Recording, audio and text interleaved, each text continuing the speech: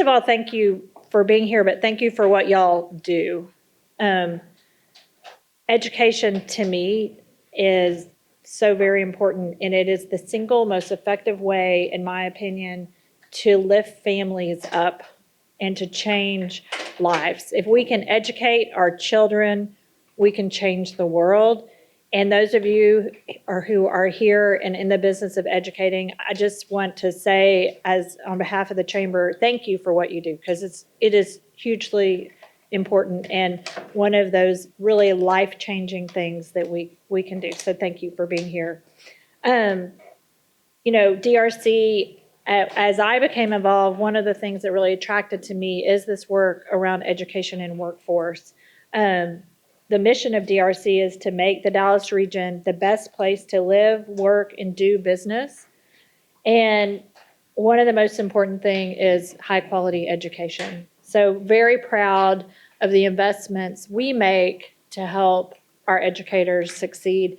And so proud, love having Mike Morath here, of the work and the progress that's been made over the last 10 years, coming from Dallas or North Texas and the work being done here. So I'm really excited.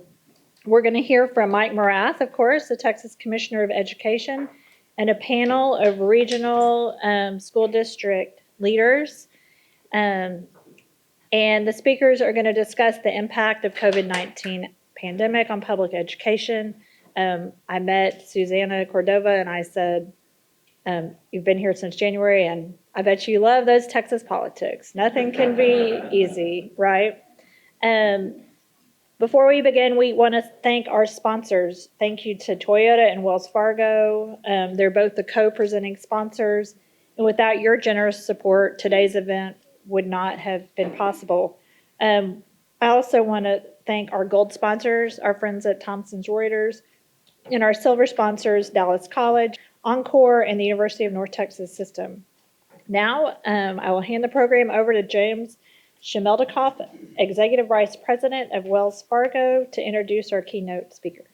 Thank you, Michelle. And Michelle, a personal word, thank you for your leadership, not only of the Chamber, but for so many aspects of education within our community. You're a great advocate. Really do appreciate all that. You're wonderful for the whole community. Thank you. Again, my name is James Shemeldikoff, Executive Vice President of Commercial Banking here in Dallas, representing Wells Fargo, and very happy to be doing that. And also equally happy, Chris, to be sharing the sponsorship of this event with Toyota once again. We're a wonderful partner in our community, and thank you for the chance to share the podium with you. So very much honored for that. And proud to bring you today's State of Public Education event, and what a great group of speakers and presenters we have today. Very excited to hear from them.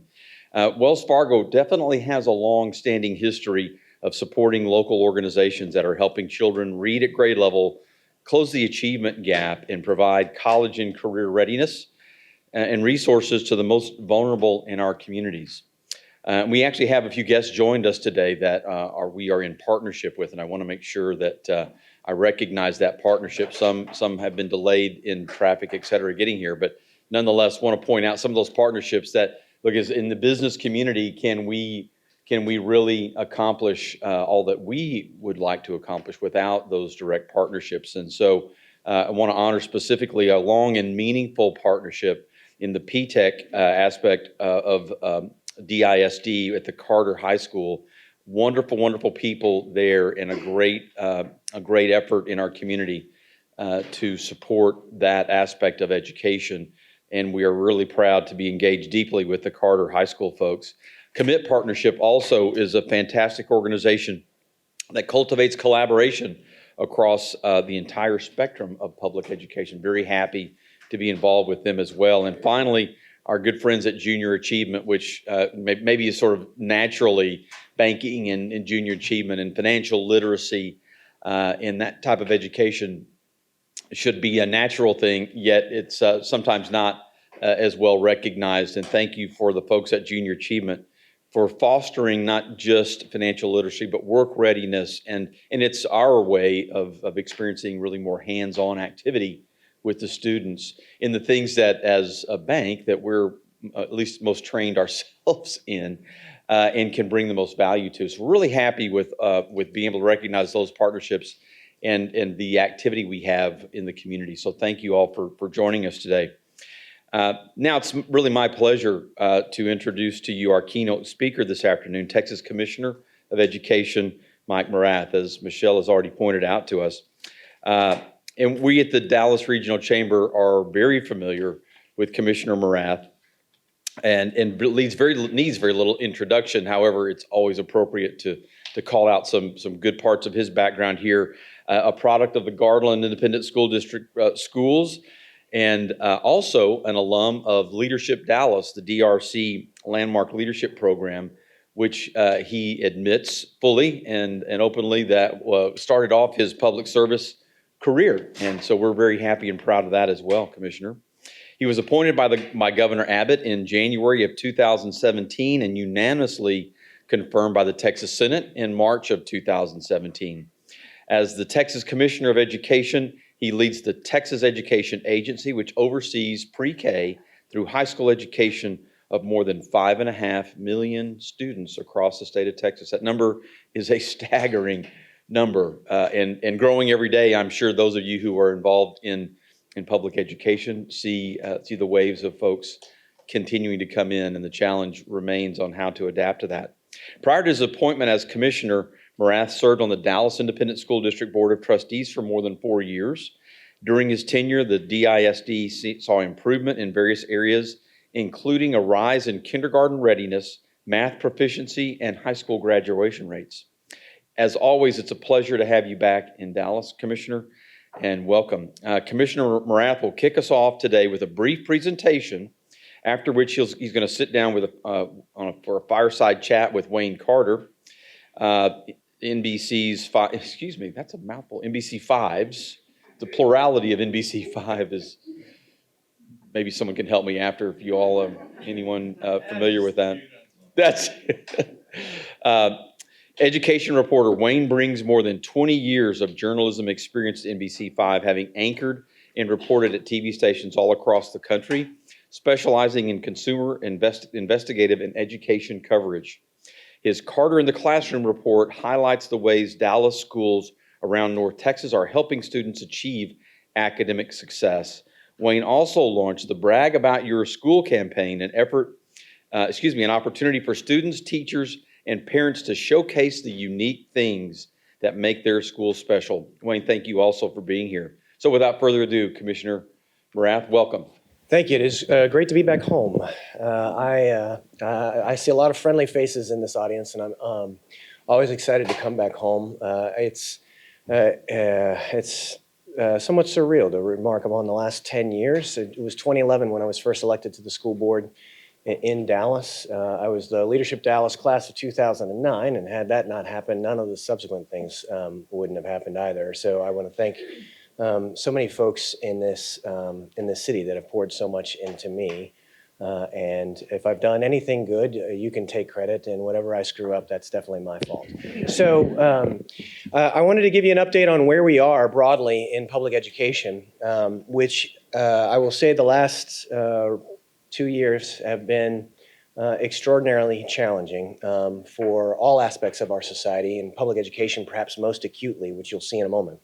This set of information is a reflection of what performance was before the pandemic hit.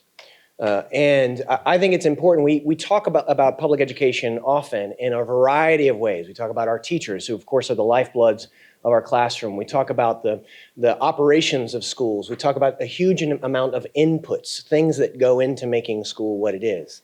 But we have school for a reason, and it is none of those inputs. The reason is whether or not we are driving outcomes for kids, whether students are learning, whether they are becoming the best versions of themselves. And so we have to monitor whether or not we are honoring that moral commitment and then making use of this huge investment of resources, roughly $70 billion per year in Texas public schools. And so this set of indicators is the waterfront of public education outcomes for our students. How well are the kids doing? And we start with 5-year-olds. Every year there are new 5-year-olds. And they come into kindergarten, and we do a preliminary assessment, a diagnostic of their ability to learn basic lessons in literacy and numeracy. Do they know their letters? Can they count to 10? Only about half of our kids, any given year, when starting kindergarten, are ready to start kindergarten. And that one indicator alone provides a roadmap, as it were, for what we have to do strategically. Because if only half of our children are walking in to classrooms developmentally ready for learning at the kindergarten level, how difficult is the work of our kindergarten teachers and first grade and second grade and third grade teachers? How difficult is the experience going to be? How effective are we going to be at catching that child up and preparing them to pursue their dreams in this country over the next 13 years of their educational pedigree? And how well are we in fact doing that in catching kids up over the next 13 years? You fast forward, 4 or 5 years after the end of the beginning of kindergarten, and you're at the end of third grade at this point, and slightly under 50% of our kids were doing math and reading at grade level in the state of Texas. You can see 45% of our kids were meeting grade level in literacy, 49% meeting grade level in numeracy. The challenges of getting the foundation right are extraordinary, and this is all pre-COVID. We fast forward 5 more years, the end of 8th grade, and see how our kids are doing. And clearly, the longer we have our kids, the better we do with them. Well over 50% of our kids were meeting grade level expectations in mathematics, critical to moving the modern economy forward, critical to ensuring that those children can live lives of productivity and generate an income for themselves and their family. And more than 50% of our kids meeting grade level in reading at that point as well. These are improvements over where we were in 3rd grade, but of course it's not necessarily good enough. It's not good enough for what we want for all of our children. At high school graduation, 9 out of 10 of our kids will graduate on time from Texas Public Schools. This is an all-time high. It is epically high. We're in the top 5 of all states in the United States. It is remarkable, and it's a testimony to the hard work of our educators in achieving that milestone for our kids. But the diploma isn't what it used to be in this country. The high school diploma, what does it equip you for? What does it prepare you for? I would ask this audience to raise your hand if you possess a college degree of some sorts, whether it's an associate degree or a bachelor's degree. My guess is that just about everybody in this room is going to have that or a meaningful trade credential. And are our kids prepared for that when they leave our high school? Well, we can see 6 years after high school graduation. So this is lagging data. This is the high school graduating class of 2012. So these kids are 24 in the year 2018. Our data is lagging a little bit. But less than 1 in 3 of our kids, 6 years after high school graduation, achieved a bachelor's degree in that 6-year window, an associate degree in that 6-year window, or some kind of trade credential in that 6-year window. That is the truth of Texas public education. And it is nowhere near where we need to be for our kids, nowhere near where we need to be for our economy. It is as good as it's ever been. These numbers are all basically at all-time highs for the state of Texas, which I talked to a number of people and they just can't believe this to be true. But it is. I think we sometimes confuse ourselves with our memory of history. The thing was, in the late 70s, we probably just didn't keep track of half of our kids because we didn't care. I remember when I graduated from Garland High School, and I even thought it was odd as a precocious and rebellious 18-year-old that my high school graduating class in Garland had 300 of us, but we had 600 freshmen when I started. This is the improvement that we have made, but it is a long way from where we need to be. And that was all true before the plague hit. And for the last 18 months, this graph occupies a great deal of psychological attention in the minds of everyone in this country, everyone in our states, all of our educators. Because we have had 3 full school years affected by the pandemic. In March of 2020, I can remember exactly where I was, March 12th, 2020. I'm on the phone with 100 superintendents from the greater Houston area. Within 2 days, which was a Sunday, I'm on the phone with all of our superintendents in the state of Texas. And we pivoted, we shut down, we did something somewhat unprecedented, actually unprecedented. And our educators adapted and evolved and responded mightily. But a system with 700,000 employees cannot reinvent itself overnight. And we did. We did everything in our power to reinvent ourselves overnight. But we still had to struggle with every manner of operational disruption. And every minute that we spend thinking about PPE is a minute we don't spend thinking about C&I, curriculum and instruction. This is a minute when you're focused on the operational reality of checking temperatures. You're not thinking about how literacy is acquired in little humans. And it has been a disruption like no other. And to add insult to injury, by the way, we had Snowvid that week that everyone remembers when we as Texans got really acquainted with cold weather for quite possibly the first time in about 10, 20,000 years. So again, I think we try to model the future as much as possible. I don't know when the locusts and frogs are coming, but it would appear that we need to be on guard. And so the question is, what did this do to us educationally? It did a lot to us educationally. It was extraordinary, and it was bad. The grade level proficiency in third grade declined by 7 and 18 percentage points, respectively, in literacy and numeracy.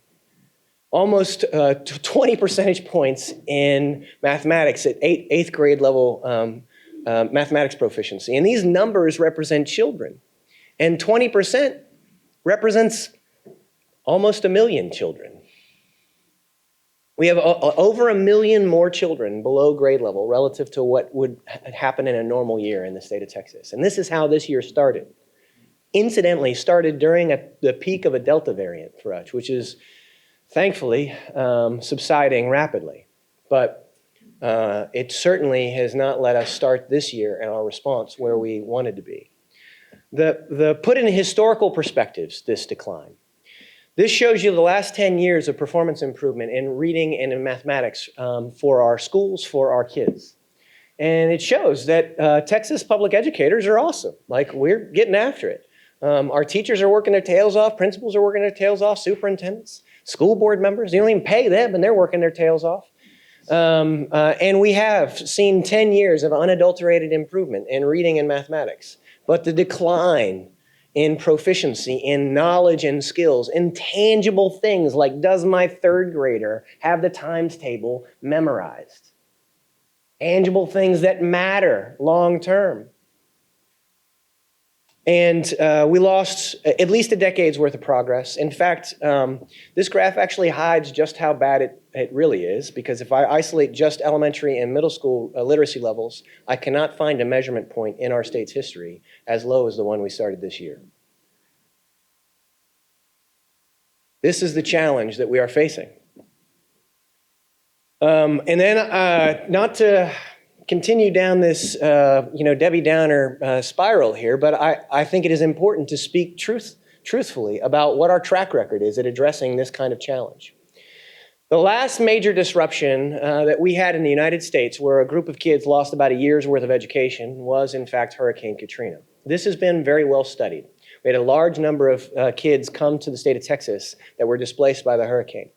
After 4 years of intense intervention, they did in fact catch up to state averages in reading. They never caught up in mathematics, not during our study period. And this is true with big disruptions in school that have been studied in Argentina and in Germany and Iran. Our track record at accelerating instruction, accelerating learning, and getting kids to learn more than a year's worth of content in a year's worth of time at the scale of all kids has not been strong. The graph that you see on the right here is worth explaining a little bit.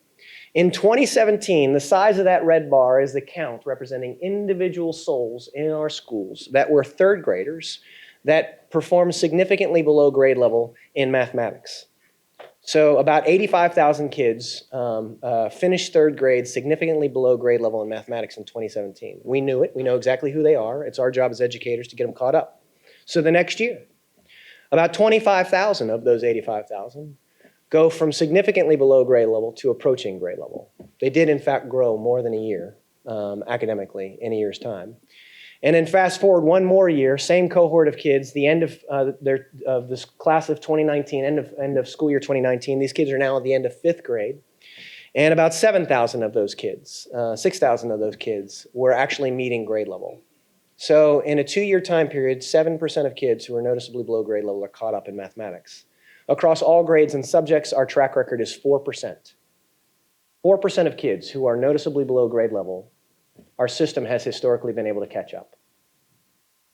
And this is a deeply troubling statistic. It is a troubling truth about what should be the engine of the American dream, about what should be the institution that delivers on these promises in our founding documents.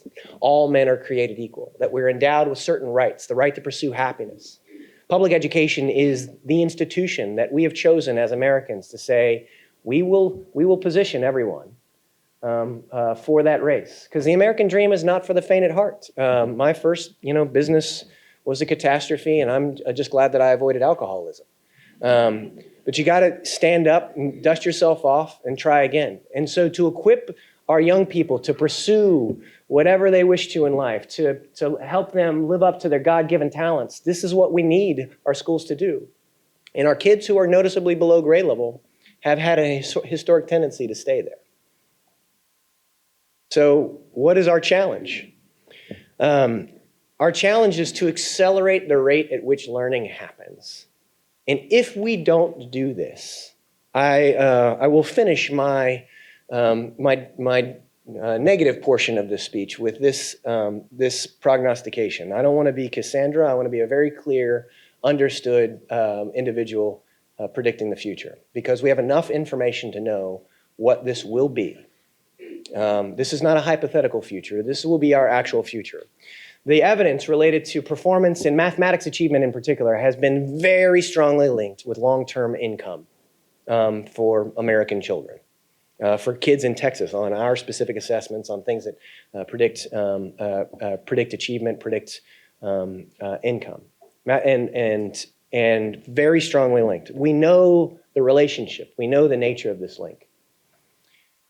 If nothing happens, if we keep the level of decline in learning that has happened, then we can assume we have taken 6% of the lifetime earnings out of all 5.5 million souls that are in Texas public schools. So think to yourself for just a moment, how much did you make this year and last year, and what do you think you're going to make next year, and just reduce it by 6%.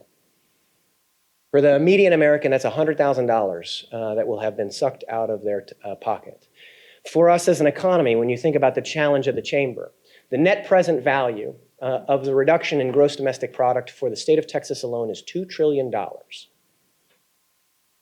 This is the largest problem facing the state of Texas. It is larger than every other problem that we face, probably combined. And it is the challenge of accelerating the rate at which students learn. And it is sometimes, it is difficult to think about this. This is somewhat of an abstract question, because this is like neuroscience. We're in the business of memory creation. That's what learning is. That's what schools do. And it's specific memories that we want to create. Some memories about triumphing over adversity, but some memories about like, hey, where's your times table? Hey, what's a grammatically correct paragraph and sentence? These are the things that we have to accelerate our success at getting that into all of the eager young minds that are coming before us, while balancing all of the challenges and in some cases, the traumas that kids will bring with them over what has occurred in the last 2 years. So what do we mean? What do I mean? Let's try to break this down in this abstract concept. In a normal year, kid starts a school year. Over the course we teach them, they learn. It's amazing. School is amazing. In COVID times, our kids are starting far lower than when they normally started. And if all things remain equal, if our practices remain unchanged, this is what happens. They will stay permanently behind, because yes, they will learn a year's worth of content in the year that we have them, but they need to learn more than a year's worth of content in the year that we have them to make up for the last 2 years. So what are the changes that we can make? Well, kind of one thing that you can play with is time. You don't have to change the rate of slope on this graph. I apologize for the high school algebra lesson here. You will have to be familiar with the concept of y equals mx plus b on this seminar today. But yes, we're going to talk about slope. So we don't have to change slope if we can add time, if we can make the graph go out further. Can we add time? And schools in this area, you think Dallas ISD, Garland ISD, schools in this area are doing intense intervention, changes in practice to invest in the gift of time, because it's a gift for our teachers and it's a gift for our students and for families with young children. It's kind of a gift as well in many cases. So this is helpful, but it's not going to work everywhere. And as you can tell from this, handy graph here, it's actually kind of not sufficient because they still didn't catch up. You're going to have to figure out how we raise the slope of this line, and it's going to take several big bets. It's going to take rigorous instructional material. If you are exposed to material that is not at grade level, but below grade level, how are you going to rise up to grade level? We have to accomplish this miracle of engineering where we have kids learn simultaneously third grade content and fourth grade content. Otherwise, they're only learning third grade content. This and giving kids rigorous instructional material engineered to do this, equitably distributed in all classrooms so the teachers don't have to figure this out for themselves late on Sunday night, which they are doing all over the place. Like, this is incumbent upon us to support our educators in this way. And this is why this concept of strongly supporting teachers is so critical in this work. And it's not just about doing what we've always done. Can we set up co-teaching models to create a little bit more resilience in the classroom? Can we make sure that our master teachers are teaching larger numbers of kids, equitably giving the kids that need the most, the adults with the most skill? This is part of the equation. It's about compensation and working conditions and a change in the delivery model. This is hard blocking and tackling, and it's not sexy. It's not easy to do. It involves like master scheduling, Post-it notes all over the place. This is hard work that our educators have to do. But this is the thing, and we have to do this in concentrated doses, targeted tutoring with kids. If we can give kids targeted tutoring on top of all this, that's going to change the slope of this line. And so this is the big if. And in fact, if you can't play with time, you got to do this even more aggressively, which is true in a lot of places where time is not necessarily a variable that can be changed. Now, thankfully, we have provided an unprecedented amount of financial support to schools to do this. Again, we're at about $70 billion of normal levels of funding, plus a one-time infusion of north of $16 billion as part of federal relief for schools specifically to coronavirus. So we've sort of removed money as a barrier to option, but let's not forget, it is not dollar bills that educate people. It is humans that educate people. And if we can't find the trained people that we need, the fact that we have all this money is, it's not necessarily frustrating. It's just, it doesn't solve every problem. So this is the nature of the work. We can't just do new work. This has been built on a framework, a pathway that we have been on strategically as a state for years. This is our key strategic plan as an agency and as a state for moving the system forward. How do we move the system forward? First and foremost, concentrate on talent. Recruit and support, retain teachers and principals. We know that there's the single most important in-school factor that impacts student outcomes.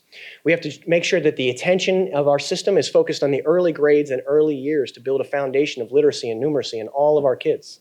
For kids at the other end of the spectrum, at the high school end, making sure that the high school experience is fully connected and relevant to what is going to come next for those students, because life is fixing to get really complicated for those 17 and 18-year-olds. And we need to make sure that the high school experience that they're going through equips them for that. And then this basic objective that we have about the equity, the promise of public education, that everywhere that you live, regardless of what zip code that you live in, that you have access to a rigorous school that will equip you for the American dream. And if that is not true, what can we do to wrap our arms around that school and that community to change the trajectory of the adults and the children in that school? These key priorities ground all of our work. And so this new focus on acceleration builds on this strong foundation, is integrated into this strategic focus that we have as a state. And I will say that we have some assets that are unparalleled across the nation and unparalleled in time. House Bill 3 passed in 2019 was a game-changing piece of school finance legislation, provided a degree not just of money, but of focused investment in strategies. The teacher incentive allotment creates a pathway for teachers in Texas to make six-figure salaries. That is exactly what it does.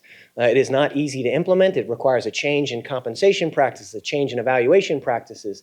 It's got to be done in ways that are fair and rigorous and transparent, but it is possible. And we are sitting proof positive at ground zero of a place that has proven that it is possible with the investments that Dallas has made in the Teacher Excellence Initiative.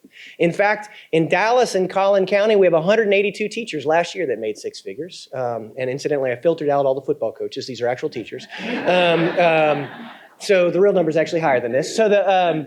And so we are moving in this direction as a state. And what does it say to our young people? That we will value, that, show me your treasure, I will show you my heart. That we as a society will value our educators in this way. This is important work, and we are building on this work as we work to accelerate instruction and accelerate learning, because it is going to take pros from Dover to help us get there at the scale of 375,000 teachers all across the state of Texas. But even though the numbers are small now, this was a long time coming. And this is a big change, and we are rapidly moving in this direction. Over 500 school districts are following in Dallas's footsteps, adopting a compensation structure, evaluation structure that looks like Dallas's. And it is going to have the most significant seismic effect on the teaching profession in a positive way since the last major innovation we did in the 1920s, which was to settle on a salary schedule that was rational. So this is a big deal. I think about some of the other strategic work that we do and some of the other proof points that we have here in this town, in our own backyard. The number of high school graduates any given year in the state of Texas is probably 375,000. 2% of them graduate with an associate's degree. And imagine how game-changing that is for a first-generation college student. Nothing says you're college ready like when you graduate, you've already finished. So these are 18-year-olds coming out with a college diploma, college degree and a high school diploma, no debt. It's only 2% statewide, except for schools that have switched to the P-TECH model, the early college high school model, it is 28%. And we are funding the most significant expansion of this high school transformation that is happening anywhere on earth. That is not hyperbole. Texas is expanding this transformation of the high school experience more significantly than anything else, with 69 new P-TECH high schools planned for the state just in the next school year, given investments made by the legislature recently. And again, Dallas County, bright spot. All the little dots on this map are P-TECH high schools in Dallas, all places where you will start to see huge numbers of kids coming out with trade-focused associate's degrees and work experience and a job. There are P-TECH partners in this room, some of the best in the country. And Dallas County alone is responsible for 13% of all of the state's high school graduates with associate degrees. Y'all are leading the way. It is remarkable. So,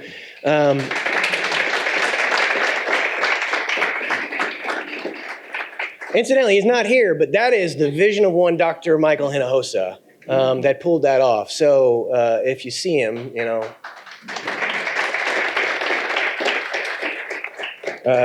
he's the man. This work, though, does rest on some foundational pillars, and I would be remiss not to talk about this, because if we are going to meet our commitment, our moral commitment to all children, to that in all communities, in all zip codes, that you have access to this kind of educational opportunity, we got to know. We got to focus in on it. And where we are not honoring that commitment, where we as adults are not doing what we need yet to do for kids, we got to be honest about that and craft a path forward. So we at TEA have created a very handy system to help you with this. It's called the A through F Accountability System. Very popular among school people. And it is designed to differentiate performance, to show like where are we meeting our goals and where are we coming short on our goals. And the introduction of the A through F system as a system accomplished some of the most important performance improvements in the history of the state. It is truism. What gets inspected is respected. And this has been a significant asset in helping us support the improvement of schools all over the state of Texas. An asset, unfortunately, that we are going blind on for about 3 years in a row because of the disruptions related to the coronavirus pandemic. And honestly, I don't know what that means. Because for as much wailing and gnashing of teeth that occurs, especially among folks who are tasked with improving performance in this system, it delivers the goods for the neediest kids. It does, as a matter of public policy, what it is intended to do. It doesn't make it easy, by the way. You can talk to any educator. Managing in this environment is challenging. But challenging, yes. Good for children, yes. And the evidence on that is actually unmistakable. We have studied the Texas accountability system. And you can take two kids in the Texas accountability system, both scoring at relatively low levels. One of them is in a school that is subject to accountability pressure. One of them is a school that is not subject to accountability pressure. And this kid ends up doing better academically. They graduate from high school at higher rates. They graduate from college at higher rates. They make more money at 25 than this kid. And that is a deeply meaningful life outcome. This is the reason why accountability is important. And we are looking forward to its return. We have not, however, hid the ball from parents. We want to make sure that mama knows exactly how their little kiddo is doing. And so every parent in Texas can log in to texasassessment.gov at any point in time. They can see exactly what their kid has done in terms of grade level proficiency in literacy and numeracy. They see every single question they were asked, the questions they got right, the questions they got wrong, what the right answers were, why the wrong answers were the wrong answers, what component of the curriculum it was linked to, and then tips that you can do at home to help improve your kid's level of reading skill and mathematics skill. Because we know parents are a key partner in a child's education. In fact, they are the first. Parents are a child's first teacher. We are the partner, not them. And so we want to make sure that at all ends, at all stages, that we are empowering parents with every piece of information they have about their kids' education. But I will say that even when we do that, this job is tough. The work of our schools is, it's taking eager young minds and then turning them into self-aware members of the Republic. There is nothing more complicated that we do as a civilization than the work of education. And it is very difficult for us to do this without some love and support. This is where members of the business community are critical partners in this. You think about the P-TECH partnerships that happen in high school, they don't happen without you. But we need good people to run for office. We need good people to volunteer in PTAs and in site-based decision-making committees. Churches to volunteer and adopt a school and pray for our kids and bring love offerings for the teachers every way that we can. Because if we take responsibility for this public institution, if we as citizens say, these children are my children, and it is up to me to step up and get involved any way that I can. If that's mentoring one child, great. If that's donating money, great. However it is, whatever skill, whatever it is God puts on your heart, this is what we've got to do. Because if you say, okay, Mike, I've heard your spiel. You got a good plan. I'm right there behind you. And you depend upon me to pull this off, I assure you I will fail you because the job is too complicated. This work is too hard. And we are all called to do this for our children. So I need you, just like Uncle Sam. And I know I'm preaching to the choir here. I'm at the Dallas Regional Chamber Education Banquet, so y'all already care, but we need you. We need you a lot. Anyways, thanks everybody for being here today. Thanks for what you do to support our schools. For the educators in the room, God bless you for your work. Our kids are lucky to have you. Thank you. The great thing about you and I is we've talked about a lot of this so much, and he's the numbers guy, and I love the fact that you're the numbers guy. And I'm going to borrow one of your slides. In the beginning, you showed us that slope of where we've been in a year. But you and I have talked about where we've been over a much longer period of time. And you threw out the number to me about a month ago that we have fallen in a wider scope 10 years behind. And that 10 years comes from what you alluded to, that people look back and say, hey, I wish it was the way it was when I was a kid and back in the day, and we weren't doing well then. And now we've gone so much further back. Talk to me a little bit about kind of how we have risen from that position and how the pandemic has made this a lot harder. Sure, we can look at what we can do in a year, but when you're talking about 10 years of decline, that's huge. Yeah, and to some extent, the question is sort of what is the history of public education in Texas that's gotten to this point? Because we've had about a 30-year trajectory in the state of Texas of very significant improvements in the way that our schools perform. The state policy making is focused on what are the expectations for kids, how well are we doing there? It's our obligation to get there. Let's shine a light on good performance. Let's shine a light on performance that's struggling. Let's target resources in where they need to be targeted. It's been a very effective framework for the state for about 30 years. It's a standards-based accountability movement, and it's been responsible for lifting a huge amount of performance for kids with a disproportionately beneficial effect for kids that have been historically at the bottom of achievement. And so that's not all that you need. You need to be focused on talent relentlessly. What are we doing to recruit, support, retain the best and brightest in the profession? Because teaching is a very, very difficult job. It is on the same caliber of demand as neurosurgery. And in fact, that's what teachers do. They operate on brains. They just don't get the privilege of doing it one at a time. They have to do it 20 at once, so they're doing anesthesia. So so there are other aspects that we have to focus on, and we have begun focusing on those pretty significantly, I think, in the last 10 years, in the state, certainly in the last 5.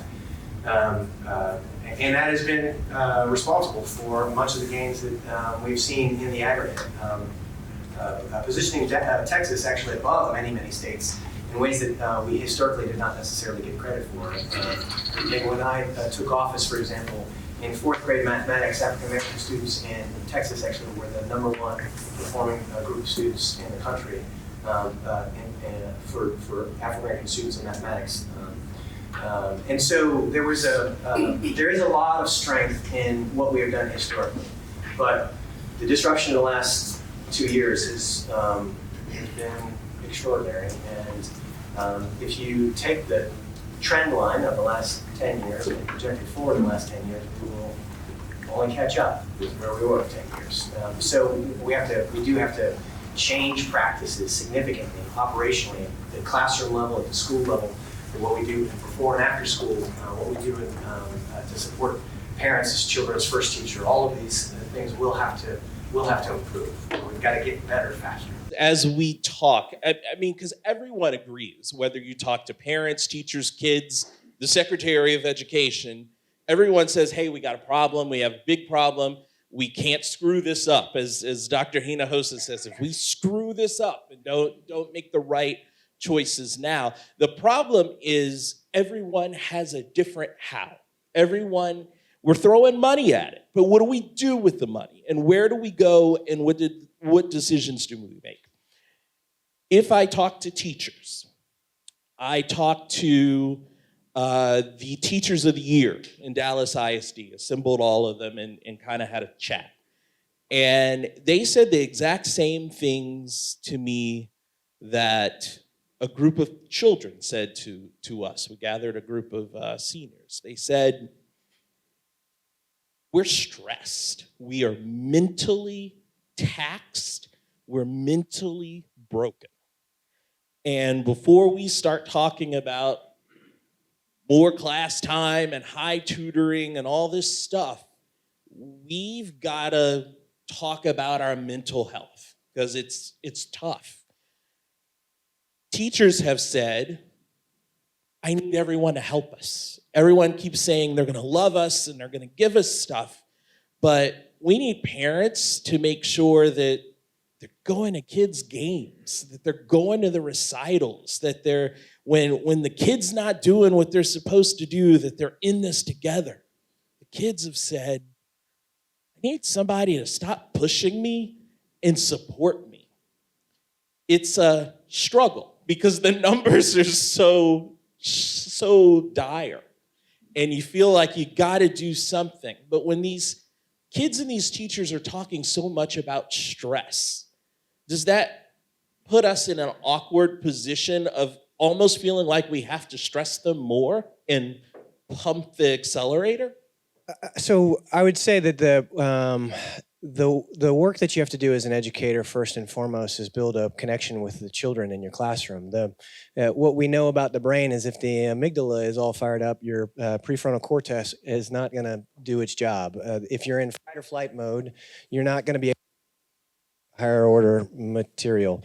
So this focus on settling our students, and in fact our staff as well, about ensuring that we address the basics, addressing basic needs, addressing emotional state. In some ways this manifests in making sure there's predictable routines in the school experience, which has of course been completely missing for all of us for the better part of 2 years. So there's a lot of things that we have to do operationally to focus properly on mental health. And I would say that if your first move is to go to an algebraic equation without actually settling your children in a preparation to be ready to learn, there will be kids who will get that algebraic equation, but there will be a bunch whose brains won't let them. And so this is part of the work of driving towards learning for kids. You can neither do one without the other. This is not like let's only do mental health and forget about academics, and let's only do academics and forget about mental health. This is a both and exercise. And there's differing levels of stress. There's bad stress, which is toxic and very, very harmful to memory formation, to brain development, to health. And then there's good stress. Part of learning is failing. That is an inherent part of the equation. And if we remove failure from learning, we will actually just remove learning. So, and it is skilled professionals, it is teachers and curriculum experts that understand that balance and how to address the now while moving towards the learning objectives that we have for all of our kids. We talk a little bit about the partnerships with businesses.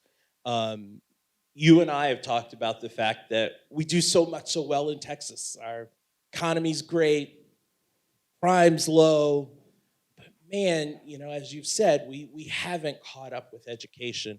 One of the ways many districts, and quite frankly, that same group of kids I talked to said that we've kind of tried to tackle this is by having the partnerships with the business community, having specialized ways that kids can learn a profession. The kids say, I love this because it changes my day. It gives me something new and different. School leaders, though, say, we struggle with that because while the kids love it and while it does kind of help them grow, I still don't necessarily know that it's helping my numbers. It's not necessarily showing the growth. Is it, again, that balance, finding the balance between the two? Yeah, I mean, part of that is making sure that we do goal setting well and holistically. So, for example, at the high school level, one of the key goals that we have for all of our high schools is the percentage of students that graduate ready for college, career, or the military, and it's an or, and this is fairly broad. So, a student who enlists in the military, we celebrate that to the same extent as a student that has, say, a very high SAT score. What this does is it creates opportunities for school leaders to make those kinds of innovative changes to improve relevancy, especially in the trades in their. I think that much of public education is this sort of pendulum that swings back and forth, and where we all trades in the 70s, and then where we all college in the late 80s, early 90s, and there has to be a balance of this, and it has to be engaging in the work. It doesn't actually have to be mutually exclusive. Learning mathematics is actually improved when you weld. It's just something that happens. So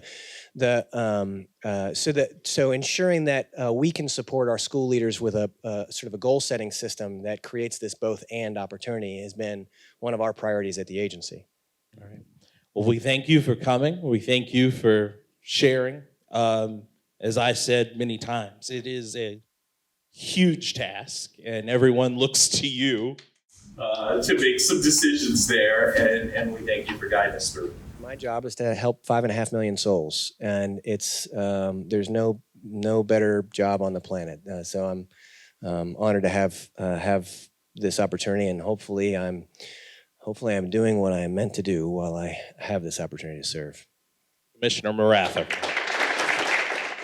As we're getting settled in, I can just say that I personally look forward to this event every year, giving my company's longstanding commitment to supporting public education and workforce initiatives. And of course, we understand the pressing link between education and the careers of the future. And speaking of the future, when we think of education, what always comes to mind in the business community is one thing, which is STEM. That's really where the focus is in terms of careers in the future. And I can say my company is particularly proud of the work that we're doing right here in our own backyard to help solve the issue of the pipeline of students focused on STEM, just as many other Dallas Regional Chamber member companies are doing as well. In our case, really our signature activity is our four-way partnership with Dallas ISD, with SMU, and the West Dallas community to create a pre-K through 8th grade STEM school in West Dallas to really focus on that community and providing opportunities for those students. The school, I'm really proud to share with you, opened this fall, and it will provide much needed STEM education in a very diverse yet economically disadvantaged neighborhood. Our $5 million commitment to the school and the ensuing collaboration between SMU and the school district is a strong example of public-private partnership supporting the betterment of our community as a whole.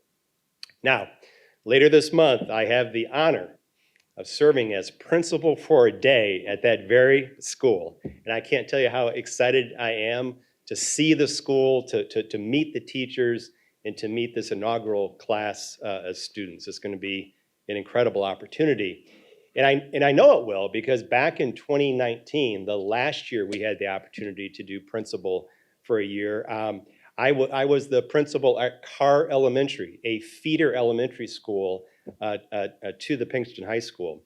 I started off with making the morning announcements. I visited a science classroom that was focused on hands-on robotics activity. I met with students and talked about my company. They had lots of questions. They wanted to know about our cars and technologies.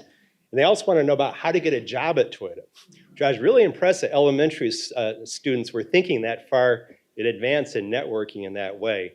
But as you can tell, I had a lot of fun that day. It's something I would want to do each and every year. The registration deadline for Principal for a Day is October 20th, and the event itself would take place on October 27th. I know many of you in this room already are planning to do that. If not, there's still time to sign up. So now it's my pleasure to introduce what is truly a distinguished panel of educators that will really take us on the second half of our program today. First, Linda Ellis was named superintendent of the Grand Prairie ISD in May of 2020. Throughout a long career in Grand Prairie ISD, Ms. Ellis has been a classroom teacher, assistant principal, and assistant superintendent, among other positions, prior to being named superintendent. Ms. Ellis served as a deputy superintendent as well of teaching and learning. Next, yes, please. All right. Next, Dr. Marc Smith is superintendent of Duncanville ISD. Duncanville, City of Champions, right? There we go. That's right. Keep bringing the championships home. We love it. So this is a position he has held since 2016. Dr. Smith has more than 28 years of experience in education, having also served as superintendent of Marshall ISD from 2012 through 2016. In 2020, Dr. Smith achieved the prestigious honor of being named the Region 10 Superintendent of the Year.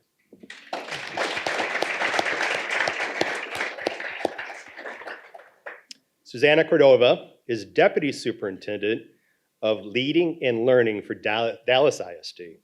Now, before joining Dallas ISD, Ms. Cordova served as Superintendent of Denver Public Schools.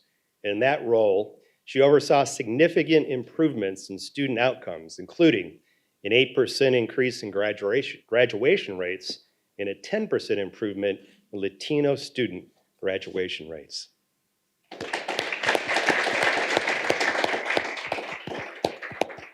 Susanna, we're thrilled to have you here in Dallas at Dallas ISD. And Yasmin Bhatia is CEO of Uplift Education. Ms. Bhatia joined Uplift in 2009 after a 9-year career as a consultant at McKinsey & Company. And while at McKinsey, Ms. Bhatia served the Michael and Susan Dell Foundation, the City of Dallas, and the Annie E. Casey Foundation. Ms. Bhatia was inducted to the inaugural class of Presidential Leadership Scholars in 2015 and was named one of the Dallas Business Journal's 40 Under 40 in 2011. Please join me in welcoming, well, at first, a round of applause for Yasmin Bhatia. All right, and please, again, join me in welcoming our distinguished panel and welcoming Wayne back to facilitate the conversation. Thank you. All right, so let's talk a little bit about kind of getting into the school year. I mean, we just processed all that information that the commissioner shared. And as I have sat in our newsroom and said so many times, this is a huge problem that we've got to devote some time and some energy to cover and figure out. You guys are tasked with doing it on the day-to-day basis. However, we started the school year and we just kept arguing about masks and arguing about everything else that we have argued about, race and all kinds of things. How has this been for you going into the building, knowing the hill you have to climb, in dealing with the disagreements and the politics and all the other things, but trying to stay focused on moving those numbers? Who wants to jump in? I have an order somewhere, but I think we can handle this. Who wants to jump in? Go for it. All right, well, first of all, thank you all for having me. It's an honor to be here. It's an honor to be on this panel with my distinguished colleagues. They all are awesome superintendents. And thank you, Mr. Carter. You've been out to Duncanville and have done an excellent job helping us tell our story. So it's good to be here today, and it's good to share our story in Duncanville. Similar to the commissioner, when we think about where we were before the pandemic, our accountability rating was a B. Had 84. We had multiple campuses with various distinctions academically. Things were really trending in a very positive direction from an accountability and academic standpoint. And then similar to the story that we heard with Commissioner Morath, the pandemic really changed the game for us. And so if you think about where we are at this point, when I look at our math scores, we're about a 31% decrease from where we were. When I look at our third grade reading scores, we're at a 21% decrease from where we were. A significant drop in our SAT scores. So we have felt the brunt of this pandemic in a major, major way. And so one of the things that I have really thought about is the impact that the digital divide has had in the community that I serve. Really brought to light, we were not a one-to-one school district prior to the pandemic. And so if you can imagine having to pivot and make adjustments with most of your students not having technology to learn, it created quite a challenge for us. And then the stories that I learned as I began to interact with some of our families, I had the opportunity to participate in several walks in our neighborhood, just to check on our families, see how they were doing, try to get our students to come back to school, see what their needs were from a technology standpoint. And the stories were just amazing. And it really highlighted the fact of how much work we have to do. Many of the parents that I interacted with, they had to sacrifice their financial stream of income. It really impacted the family structure because they couldn't go to work. They had to be at home trying to assist their students on technology that they had no clue about how to work. And they had to do that, by the way, with 2 or 3 kids. One in kinder, one in 8th grade, one in 7th, trying to manage the different dynamics associated with just the pedagogy of the learning. Quite a challenge for a parent that's on their own trying to really make the best of their situation. So the pandemic really highlighted some of those deficits that we experienced. And like everyone, we're called to be able to make some adjustments and changes in how we move forward. but how are you digging out? That's the struggle. I mean, it's like all the things, I've seen them with you that you've talked about, but you go into the building, you got to dig out, and you have that laundry list you just went through. So in Duncanville, we knew that we had to get our students back acclimated into school. They've been out for 2 years.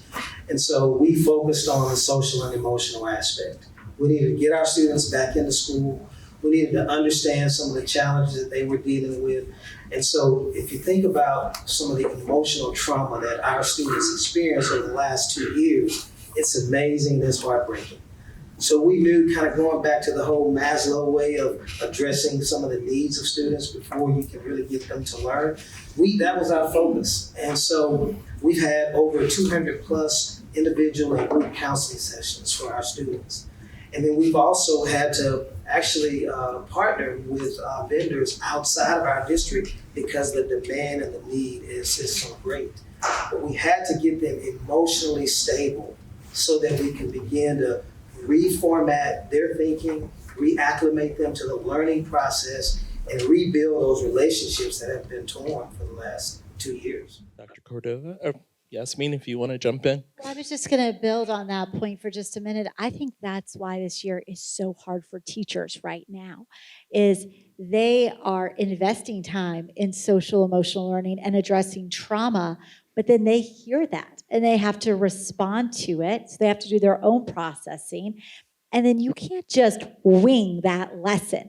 You actually have to prepare for it with the same rigor as you would prepare for the math lesson. And so I think it is absolutely an and, but it's an and that requires thoughtful time. And that's at least on our side where we're seeing teachers being really tired this year. And I think it also asks us to think about some of the historic policies that we've engaged in. So we spent all last year really working to get kids to come back into school. Start this school year, and we really decided we're not going to be in the process of kicking kids out of school anymore. We spent all last year trying to get them back, and then we're going to get them back and then say, you're not conforming to this aspect of a rule, so the solution is kick you out. No. And so it really is reframing what it means to help kids learn and grow, what it means to help them learn and grow in their behaviors. And we are seeing much more extreme behaviors on the part of kids. And I think it's kids who are grappling with depression and anxiety and an inability to think about how to process what has been the incredibly disproportionate and inequitable impact of COVID on our community.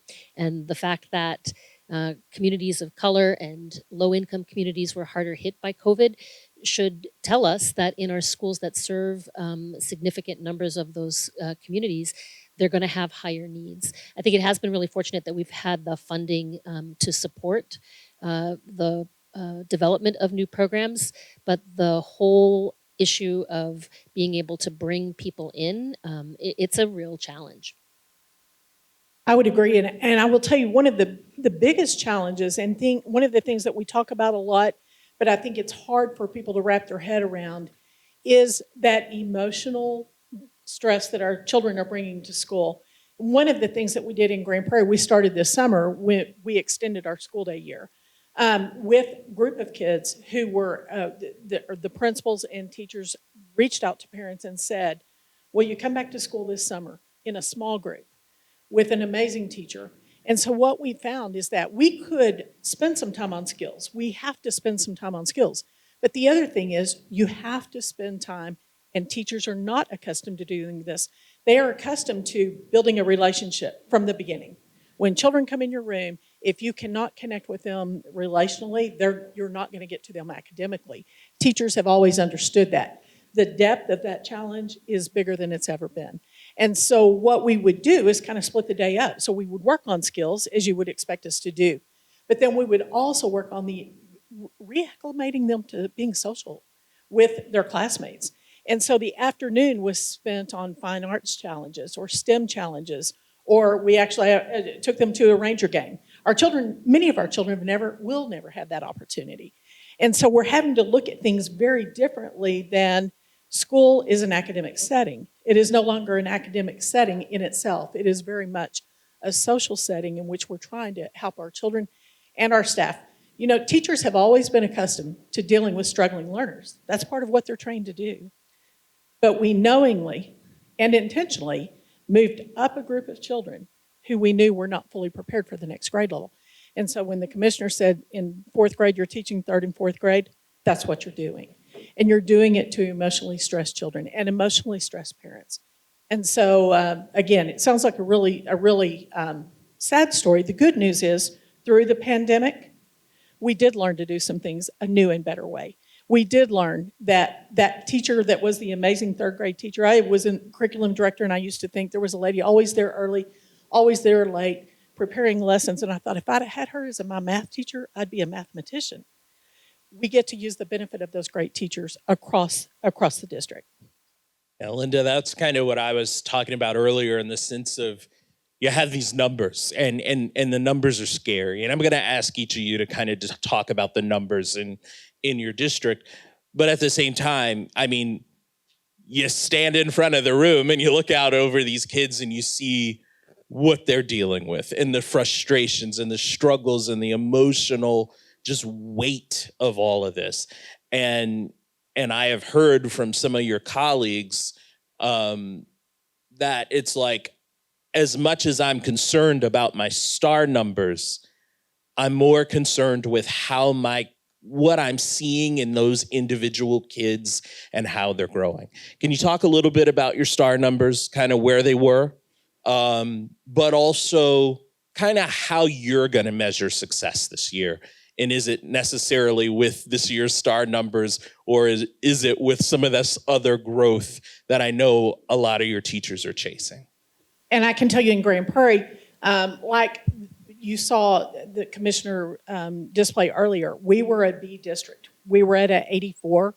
We were making progress every year. Things were going well.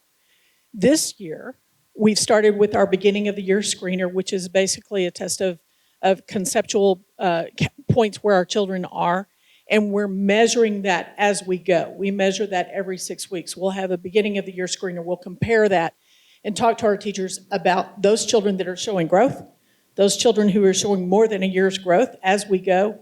But we're constantly measuring that in a shorter segment, if you will, of evaluation than a full-length STAR test, which is measuring every concept that needs to be taught over the course of the school year.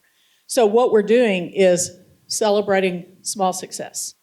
We're measuring in shorter increments and more often, because if you can tell a child, you did this, you accomplished these things over the last 4 weeks, let's set an intentional goal for the next 4 things that you're going to do over the next 6 weeks. So we're taking it in smaller segments and being more intentional with targeted instruction that students and teachers and parents are setting together. I'll speak a little bit to one aspect of where we've been in Dallas ISD and how we're trying to think about this. There are 2 places where we saw tremendous, devastating impact with our students. Call out and highlight. The first one is a place where we've seen great growth, and it was in the decline in the number of preschoolers who were coming into Dallas. And it makes sense. You're thinking about sending your 3 or your 4-year-old into school or keeping them home. So lots of parents didn't send their kids at all. Many sent their kids through the virtual program, which is just not the same. And so we've seen literally years and years of improvements in early education that we don't have to build on now. So we see first graders coming in looking like kindergartners coming in who look like 3-year-olds. And so that's been a real challenge. We're fortunate. We are seeing enrollment numbers get back up. They're not quite up to the pre-pandemic levels, but they're significantly higher than they were last year. I think that's going to be really important. And then the other place that I want to call out is what we saw in our algebra scores, which generally are an indication of that transition from 8th to 9th grade. In Dallas ISD, high schools were hybrid last year, so kids were in school in person just a couple days a week. And I think it had a really tremendous impact on the ability of our high school students to stay engaged, to stay learning, and on their mental health. We saw huge drops in our algebra scores. It was the biggest drop that we saw across all of our grades and end of course assessments. And so we are doing a lot of work. We did a lot to try to make sure that our seniors were able to graduate and stay on track. But as a result, I think we're seeing our rising eighth graders, our eighth graders who rose up into ninth grade, 10th and 11th grade, significantly at risk of being off track. And so we're doing lots and lots of regular monitoring of progress, grade checks, doing failure reports, to do everything we can to get kids back on track. I just want to double stamp that on algebra. Algebra took the biggest hit for us as well as a network. And the other place, if we jump from pre-K to the opposite end of the spectrum, is the percentage of our kids who chose to go to a four-year college this August from this past graduating class, meaningfully down. And they pivoted to two-year college. And we just know, at least for us at Uplift, our kids do not complete two-year colleges at the same rate of completion as four-year. And so that also is a big focus now on our alumni support team, is how do we now, after a semester in, help our alumni who are a few months out get on the right path for them, to help make sure that they're accessing those careers that the commissioner talked about earlier. Let me jump in and I'll let you talk too, Marc, because one of the things seniors, I interviewed a young lady who told me, well, I walked out of this school as a sophomore not too long ago, and now I'm back as a senior. And I'm about to graduate, and I'm scared to death I'm not ready. And I'm scared to death that no one's gonna hire me because they are gonna think I'm not ready. And her administrators heard that and were kind of heartbroken. And one of the ways I think schools are looking to deal with that is to partner with business community and to talk about kind of what you guys need, what you guys are looking for, and to help make sure that those kids are walking out the door not feeling inferior. Can you talk a little bit about kind of any partnerships that you have, what you need from business community members to kind of help you guys as you prepare those kids to enter the workforce? Thank you. First of all, just to piggyback, we, very similar to my colleagues here, we experienced a significant loss academic. I shared with you some of the bullet points from our numbers, double-digit losses in math and reading, our SAT scores, and that was, of course, leading into the pandemic. We were really trending in a very positive direction. So it's just amazing the impact that it's had. In terms of a couple of things to highlight with our business partners, we're fortunate in Duncanville to have some strong business partners. Our comprehensive high school, we have the P-TECH distinction, the T-STEM distinction, Collegiate Academy, early college, high school, all of that. And that allows us to have some really strong partnerships. One that I like to highlight is with Texas Instruments. I don't know if anyone is here from Texas Instruments. Thank you all for everything you do for Duncanville ISD. But they've been awesome partners for us, allowing us to be able to invest in our students, give our students the kind of experience that they're going to need so that they're ready for this group when they leave Duncanville ISD. There are many more partners that we have. We have many students who are performing internships with Methodist Charlton, our pharmacy tech students with Walgreens and Tom Thumb in our area, CVS. They are awesome partners for us. But our students get to really build on what you need. You need strong communicators, you need critical thinkers, you need someone that is able to come in and get off the ground running. And so we, through our partnerships, have been able to provide that for our students. That's actually been an area of optimism for me, is the work that we've done with our high school students through our industry partnerships. So last year, you heard all of those numbers that the commissioner shared about the need for more students to graduate college ready. We had almost 10% of our entire graduating class last year graduate with an associate's degree. Almost 900 students earned an associate's degree concurrent with their high school diploma. And it really is, I believe, the motivation that students have when they see the real world application of their learning because of the partnerships that we have with all of you. We have over 60 or 70 industry partners. Our students who work interns in many of your workplaces earned over $1.6 million last year, averaging $17 an hour. That makes school meaningful because you suddenly realize like it's not about learning something for the teacher. It's about learning something because there's a job that's going to pay me well when I leave. And that's the role that industry plays in changing the trajectory of what you just saw. Kids may not get motivated by a STAR exam. They get incredibly motivated to be able to read and write and communicate because it helps them get a job in your industry. And I would echo that. So many opportunities that our children have are things that would not happen in a typical classroom. For example, the Perot Center brought their technical truck and their technical expertise to our schools and worked with our children at our collegiate institute. And we have Vought Corporation who works, and they actually adopt schools in elementary school, and they start working with them on challenges and that sort of thing. The internships, paid and unpaid internships. When our children actually get to go, even if it is mentoring somebody that they think this is what they want to do, when they see it in action, they're motivated by that. That gives them reason and cause to say, I can get there. And I think that is one of the most important things that we have to teach our children in this time more than ever before.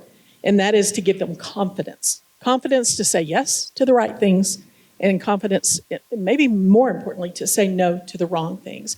And it simply can't be done by a classroom teacher. It's got to be done with people like you and people in industry that will bring themselves and come to the school and offer their industry to our children to come to their school to see it happening, and it makes it very realistic to them. Exposure is just so key. And so internships are fantastic, and I think all of us welcome them.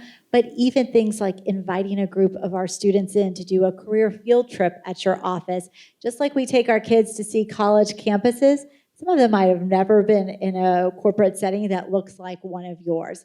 And so that simple act now creates a picture of what is possible. Or through the beauty of technology now, we're all comfortable and virtual, coming into a classroom and sharing more about your profession and your personal story is just really important. So our kids know there are lots of choices open to them, and that's where you all can play that role. We're running low on time, but I recently did a series of stories we called them Beyond the Mask, where we asked everyone from kids to the U.S. Secretary of Education, how do we get past this? How do we move beyond this? And what one thing do we need to do to get it right? We've got money. Everyone says, hey, the money's coming, and everyone's like, great, I'm not going to turn down money. But what do we do with it? And where do we go? And what are the steps we take? Each one of you, tell me one thing you hope happens in your district that you think is key to moving forward. So as business leaders, you understand how important leadership is. Leadership matters. And so for me, the one thing that I'm focused on is what is it that I can control? Because there's a lot that I cannot control associated with COVID and everything centered around it. But what is it that I can control as the leader of Duncanville ISD that can make a difference today? Today's October 12th. There's students right now today that are sitting in the classrooms while I'm sitting here. And if I've done my job well in leading that district, they're getting what they need today, despite everything else that's going on around us. So for me, I am really, truly focused on what are those key priorities that really are high leverage things for me and have a real impact today for the students in Duncanville ISD. And if I repeat that leadership every day, then we're going to get closer and closer and closer to where we need to be coming out of this. Cordova? Yeah, I'm going to reject your premise that it's one thing because frankly... Well, I'm asking for one. I'm not saying it's one. I think that we need to be pressing on a lot of different things. And if I had to say one thing, I think it's that we've got to break out of the old mold of what school has looked like. And so it's, how do we use this money to invest in innovation? How do we think about, Taylor is here, how do we think about creating new ways for kids to engage both in person and virtually? How do we think about using this funding to build for the future? The lift is so hard. It's going to take a lot of different things. But the luxury that we have with this amount of money is to really think differently about what the future can look like. I would say great people. We've got to make sure that we retain our excellent teachers that we have and that we recruit new people into the profession, because I agree 150% with Commissioner Morath. Teaching right now is probably one of the hardest jobs you could have in the country. And so how do we make sure we are creating the most attractive places here as a region in our individual districts to make sure that teachers want to come do this important work? I agree with that. The most important thing to put in front of a child is an effective teacher. All of us are competing for those people, and it seems like they're fewer and fewer. But I think the other thing is, and I mentioned this earlier, but if we continue to do school like we've always done school, our third graders will get a year of growth. For the most part, that's what they're going to get. And so what we have to do is utilize the knowledge that we truly did gain when we were forced to pivot, to make it to where resources are more impactful, and that we are providing amazing support for our teachers who we're expecting to provide every child with more than a year's growth. And we're going to be expecting that from now on for the foreseeable future. So I think that we have to make sure that the resources that we've learned about and the things that we put in front of our teachers are supportive of them to help them get the gains that they set goals for their children to get. Let's thank our panel for taking the time to chat with us. As I often say, so many of us talk about it, and it's another thing to have to face it every day. And thank you guys for the work you do to retain the teachers, to push the kids forward, and to create success. So thank you all. Okay, I just have a few closing words. First of all, though he's not here anymore, I'd like to thank Commissioner Morath. Always fun to see him. He is, I always love hearing him put things into perspective, because you know that it's not just quips that he has or, quick little things. He lives this every minute of every day. And he's thinking about how to say things every minute of every day so he can communicate the situation. You saw those graphs.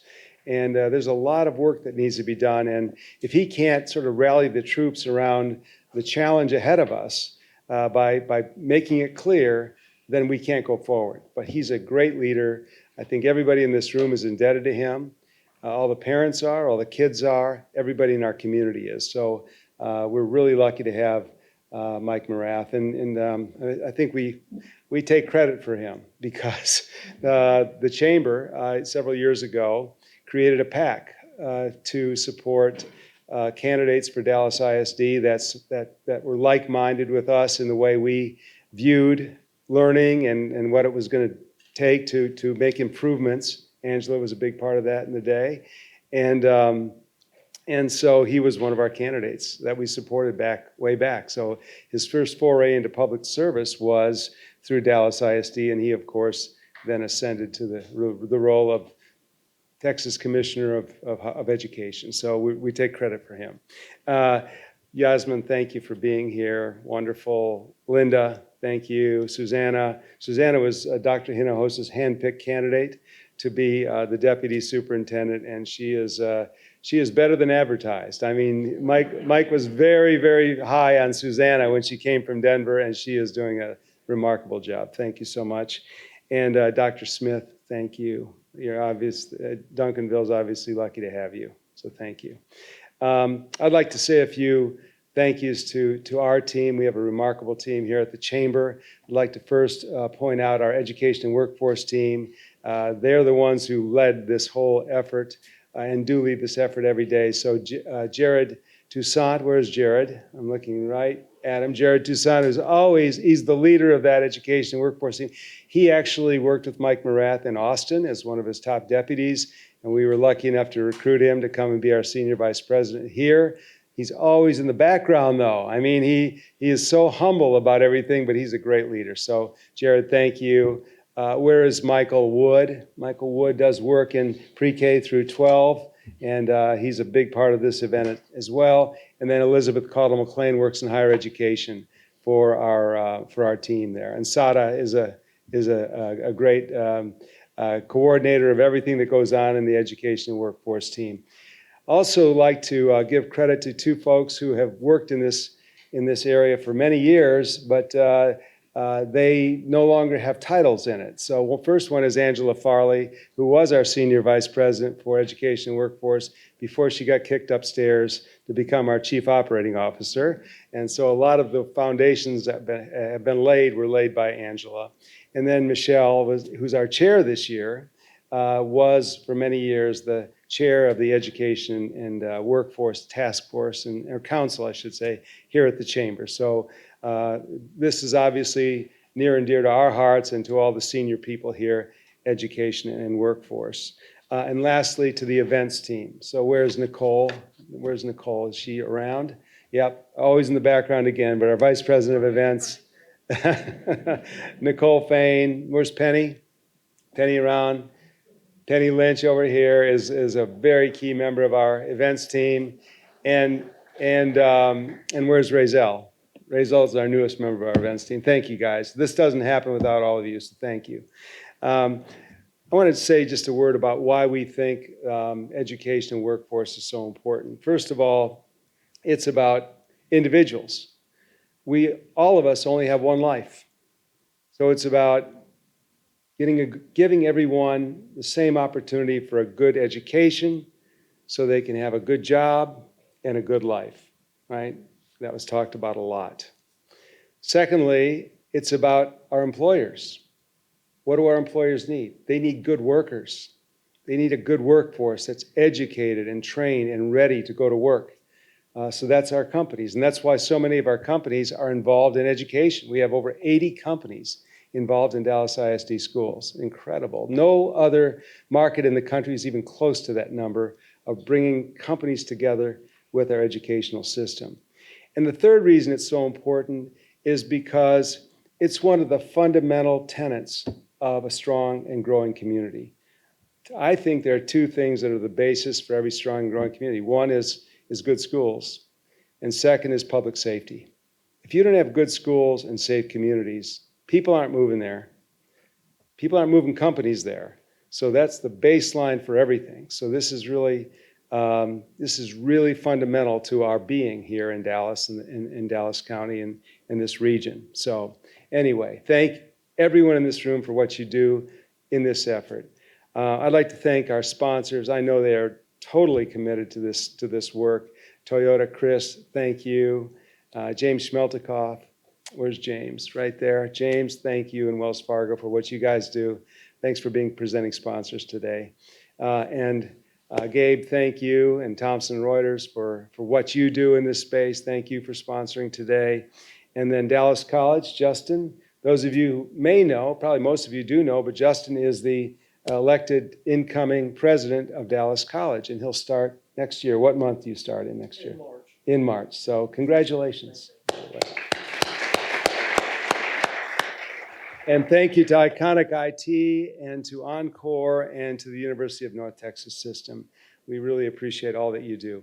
Going to mention two upcoming events. Chris gave you a good rundown on Principal for a Day. It's coming up October 27th. If you've never gone into a school on Principal for a Day, it's a treat.